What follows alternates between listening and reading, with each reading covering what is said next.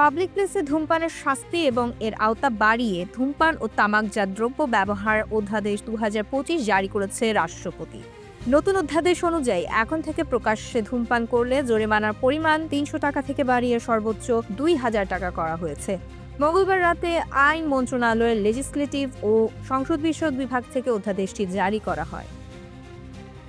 2005 সালের মূল আইনটি সংশোধন করে জারি করা এ অধ্যাদেশে জনস্বাস্থ্যের সুরক্ষায় বেশ কিছু কঠোর পদক্ষেপ নেওয়া হয়েছে। নতুন বিধানে পাবলিক প্লেসের সংজ্ঞা ব্যাপকভাবে বিস্তৃত করা হয়েছে। এখন থেকে কেবল সরকারি অফিস বা হাসপাতাল নয়, বরং শিক্ষা প্রতিষ্ঠান, রেস্টুরেন্ট, হোটেল, শপিং মল, পরিবহন টার্মিনাল, পার্ক ও মেলায়ও এই নিষেধাজ্ঞার আওতায় থাকবে।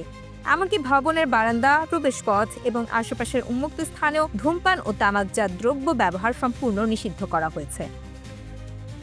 অধ্যাদেশের অন্যতম বড় পরিবর্তন হলো পাবলিক প্লেসে ধূমপানের জন্য নির্ধারিত স্থান বা স্মোকিং জোন ব্যবস্থায় বিলুপ্তি। আগের আইনে নির্দিষ্ট স্থানে ধূমপানের সুযোগ থাকলেও নতুন সংশোধনীতে তা বাতিল করা হয়েছে।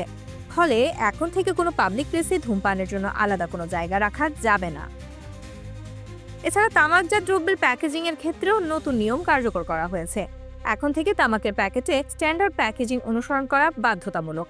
সিগারেটের প্যাকেটের গায়ে বর্তমানে যে 50% জায়গা জুড়ে সচিত্র স্বাস্থ্য সতর্কবাণী থাকে, সেটি বাড়িয়ে এখন থেকে 75% এলাকা জুড়ে মুদ্রণ করার বিধান যুক্ত করা হয়েছে। তামাকের ব্যবহার কমিয়ে আনতে এবং জনস্বাস্থ্য রক্ষায় সরকারের পক্ষ থেকে এক কঠোর সিদ্ধান্ত নেওয়া হয়েছে বলে জানানো হয়েছে।